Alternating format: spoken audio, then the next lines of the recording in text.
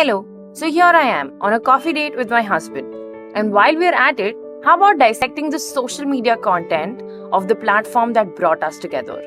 Yes, Bumble. Today we're looking at Bumble's content over the last 6 months and all the topics they've spoken on and the conversations they've had. I personally love how their content is so conversational and how they don't use their social media to sell their app or their premium plans. You'd also notice that they're one of the most supportive and kind brands with such a detailed do's and don'ts list of their communication in general.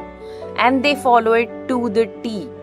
This is all the relatable content they spoke about. Everything that our lives already revolve around packaged so well in their content. These are all the properties they've created for themselves to ignite conversations. Since it's Bumble, they obviously cover a lot of different kind of relationships. These are all the formats that they use to make their content palatable and easy and interesting to consume.